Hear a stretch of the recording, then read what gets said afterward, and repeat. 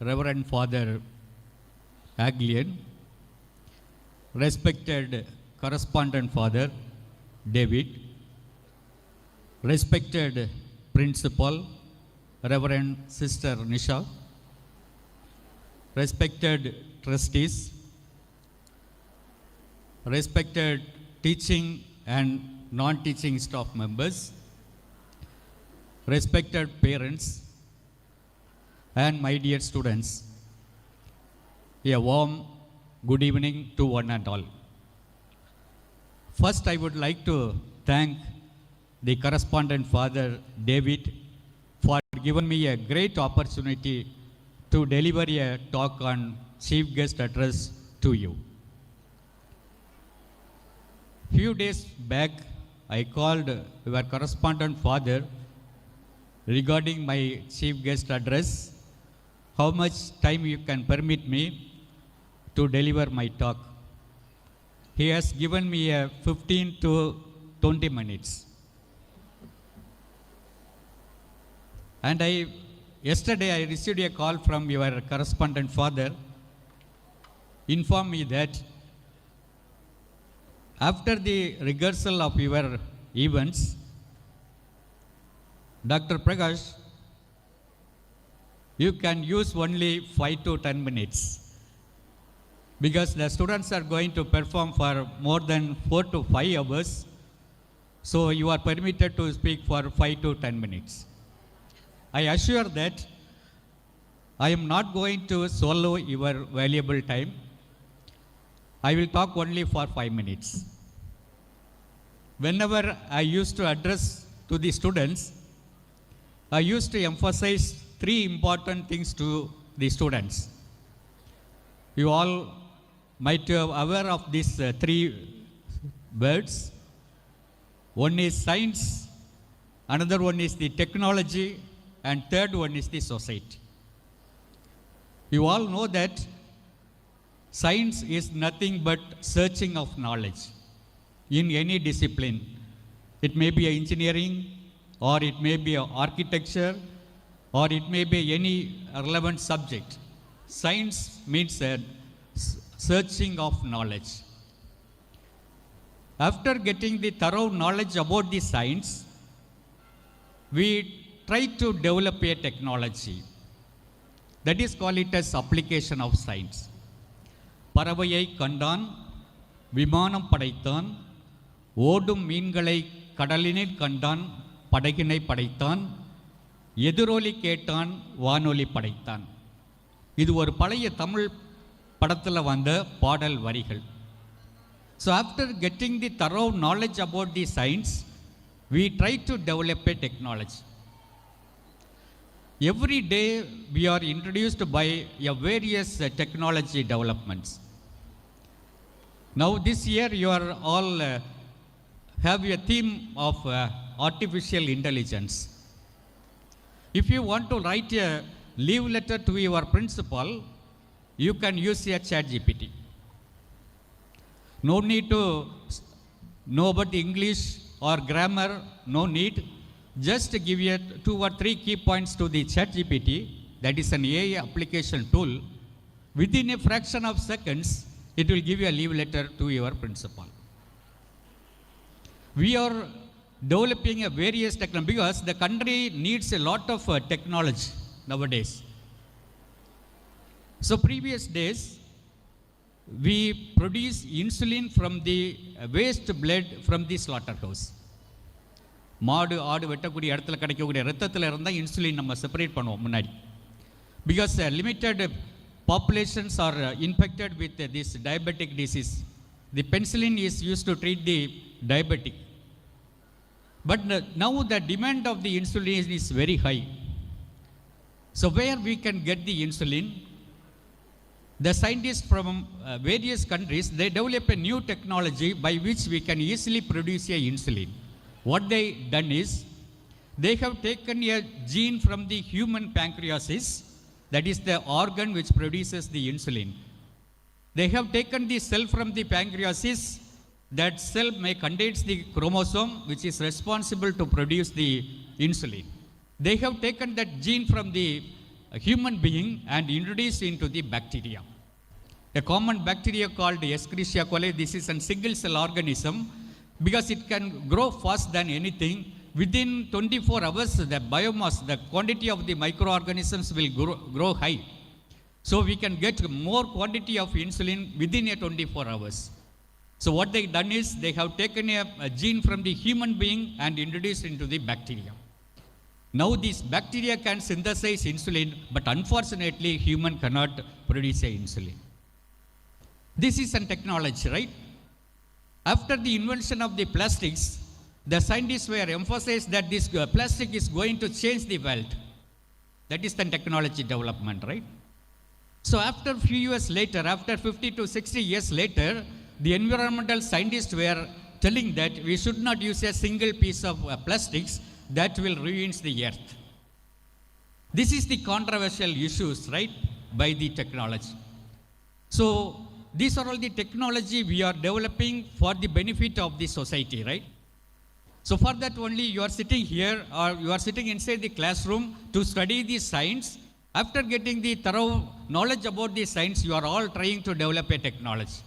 So the technology you are going to give it to the society, right, for the benefit of the society. So we have to introduce this technology to the society. Before introducing it to the society, we have to weigh the technology, whether this technology is really going to help the society or not.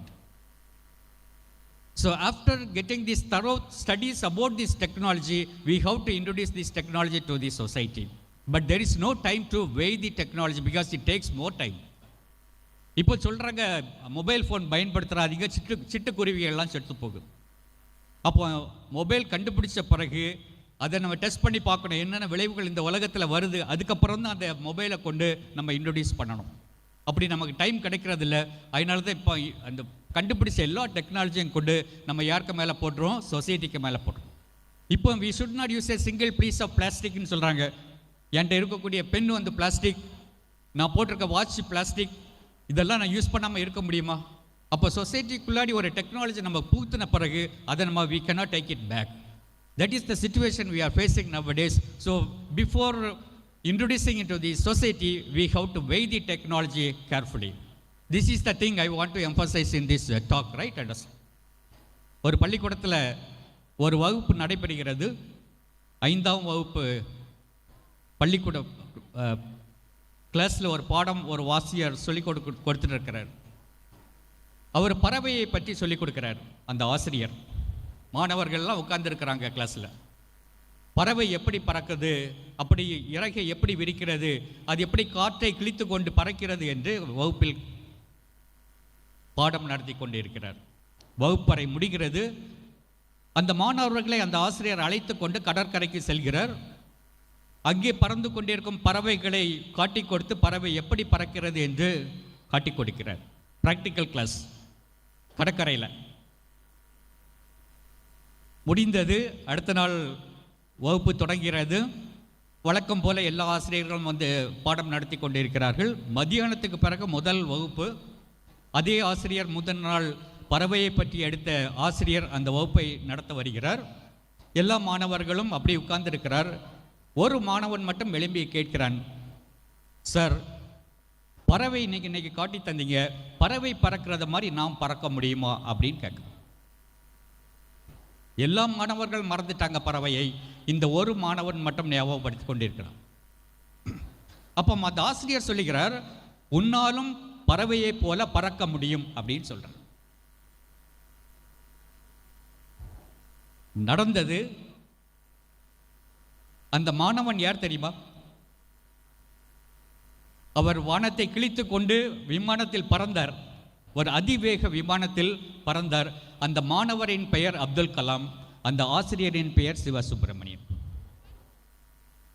இங்க இருக்கக்கூடிய எல்லா மாணவர்களும் உங்க டீச்சர்ஸ்க்கு ஒரு clap பண்ணுங்களா? நல்ல சவுண்டா, நல்ல சவுண்டா. இன்னைக்கு நடந்த அந்த வெல்கம் டான்ஸ், அந்த பரதநாட்டியத்தை பார்த்தோன்னா நான் அசந்து போயிட்டேன். இத்தனை மாணவர்கள், இப்படி ஒரு பரதநாட்டியத்தை நான் பார்த்ததே இல்லை. அவ்வளவு அழகாக திறன்பட அப்படி இணைந்தவர்கள் ஆடிய விதம் உண்மையிலேயே என்னை ஆச்சரியத்தில் ஆழ்த்தியது. இதற்கு பின்னாடி இருந்த அந்த ஆசிரியர்களின் உழைப்பு அழகாக தெரிந்தது. அந்த ஆசிரியர்கள் தான் அந்த மாணவர்களை உருவாக்குகின்றார்கள். 7ஆம் வகுப்பு பாடம் நடைபெற்று கொண்டு இருக்கிறது. பள்ளிக்கூடம் முடியும் நேரத்திலே அந்த ஆசிரியர் அந்த மாணவரிடத்தில் ஒரு கடிதத்தை கொடுக்கிறார். அந்த கடிதம் ஒட்டப்பட்டு இருக்கிறது. நீ உன் அம்மாவிடம் கொண்டு கொடு என்று அந்த ஆசிரியர் சொல்லுகிறார். அந்த மாணவனும் கொண்டு அந்த அம்மாவிடம் சாயங்காலம் கொண்டு வீட்டிலே கொடுக்கிறான். அந்த கடிதத்தை திறந்து அவங்க அம்மா பார்க்குறாங்க. கண்ணிலிருந்து மலமலன்னு கண்ணீர் வருது. இந்த மாணவன் உடனே கேட்கிறான், அம்மா அப்படி என்ன அங்கே எழுதியிருக்கிறாங்க அப்படின்னு சொல்லி அவங்க அம்மா அந்த லெட்டரை வாசிக்கிறாங்க. உங்கள் மகன் மிகுந்த அறிவாளி, அவனுக்கு பாடம் நடத்தக்கூடிய அளவிற்கு எங்களுக்கு திறமை இல்லை. அதனால் உங்கள் மகனை வேறு பள்ளிக்கூடத்துக்கு மாற்றிவிடுங்கள், நல்ல பள்ளிக்கூடத்தில் மாற்றிவிடுங்கள் அப்படின்னு சொல்லி அவங்க அம்மா வாசிக்கிறாங்க. இவனுக்கு பயங்கர மகிழ்ச்சி. 7ஆம் வகுப்பு படித்து கொண்டிருக்கிறான். பயங்கர மகிழ்ச்சி. அப்போ நம்ம ரொம்ப அறிவாளி போல இருக்குதே, நம்ம ஆசிரியர்கள் சொல்லியிருக்கிறாங்க அப்படின்னு அம்மா சொன்னோன்னு அவனுக்கு மனசுக்குள்ளாடி ஒரு வெறி வருது. நம்ம அறிவாளி அப்படிங்கிற ஒரு எண்ணம் அவனுக்கு மனசுக்குள்ளாடி வருது. பிந்தைய நாளிலே பார்த்தீங்கன்னா அதே மாணவன் 2000 கண்டுபிடிப்புகளை கண்டுபிடிக்கிறான். 2000. இதுவரைக்கும் ஒரு விஞ்ஞானிகளும் 2000க்கு அதிகமான கண்டுபிடிப்புகளை கண்டுபிடிக்கவில்லை. அவங்க அம்மா இறந்து போயிறாங்க. இவர் ஒரு நாள் அவங்க அம்மா வீட்டுக்கு போகிறாரு. ரொம்ப வருடங்கள் கழித்து 2000 கண்டுபிடிப்புகளுக்கு கண்டுபிடித்த பிறகு அங்கே அந்த அலமாரியிலே அந்த லெட்டர் இருக்கிறது. அவர் அந்த லெட்டரை எடுத்து பார்க்குறார். அதில் எழுதியிருந்த விதம் வித்தியாசமாக இருந்தது. அன்றைக்கு அந்த ஆசிரியர் கொடுத்த அதே கடிதம் இவர் படித்து பார்க்கிறார். உங்கள் மகன் படிப்பதற்கு லாயக்கற்றவன், இவனுக்கு அறிவு இல்லை, அதனால் எங்கள் பள்ளியில் இவனை அனுமதிக்க முடியாது, நாளையிலிருந்து அவனை பள்ளிக்கூடத்துக்கு வர விடாதீர்கள் என்று அந்த கடிதத்தில் எழுதப்பட்டது. இந்த மாணவன் 2000 கண்டுபிடிப்புகளை கண்டுபிடிப்பதற்கு காரணமாய் இருந்தவர்கள் யார்? அவனுடைய அம்மா. எல்லா அம்மா மக்களும் இன்றைக்கு வந்து உட்கார்ந்துருக்கீங்க. உங்கள் குழந்தையை உருவாக்குவதற்காக, இந்த சமுதாயத்தில் அவன் பெரிய ஆளாக வருவதற்காக உங்கள் அம்மாக்கள் இங்கே வந்து உட்கார்ந்து உங்களுக்காக காத்திருக்கிறார்கள். நீங்கள் இந்த மேடையில் நீங்கள் அலங்கரிக்கப் போகிறீர்கள்.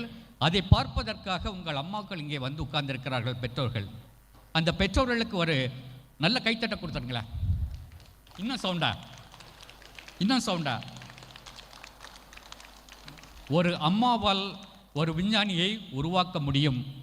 ஒரு ஆசிரியரால் ஒரு விஞ்ஞானியை உருவாக்க முடியும். ஒரு மாணவன், அவங்க வீட்டில் 4 பேர், ஒரு அம்மா அப்பா 4 குழந்தைகள், 3 குழந்தைகளும் செத்து போயிட்டாங்க. ஒரே ஒரு குழந்தை மட்டும் இருக்கிறது. அவனுக்கும் நோய், அவனுக்கு வீசிங். அதனால் அவங்க அம்மாவுக்கு ரொம்ப பயம். இவனை பள்ளிக்கூடத்தில் விட்டா இவனுக்கு ஏதாவது பிரச்சனை வந்து இவனும் பைக்கு விடக்கூடாதுன்னு சொல்லி அவங்க அம்மா ரொம்ப சங்கடப்படுகிறாங்க. அவனை பள்ளிக்கூடத்திற்கு விடவில்லை. அவன் வீட்டில் இருக்கிறான். வீட்டில் சமையல் அறையில் ஒரு நாள் அவங்க அம்மா பானையில் ஏதோ ஒன்றை வேக வைத்து கொண்டிருக்கிறார்கள். அந்த தண்ணி கொதிக்கிறது. அதன் மூடி வந்து மேலே வந்து அடிக்கிறது. அந்த தண்ணி ஆவியாகி அந்த ஆவி, நீராவி வந்து அந்த மூடியை திறக்கிறது. இவன் பார்த்து கொண்டே இருக்கிறான். ஏதோ ஒரு சக்தி இருக்கிறது. அப்படி பிந்தைய நாளிலே அவன் நீராவி இன்ஜினை கண்டுபிடிக்கிறான்.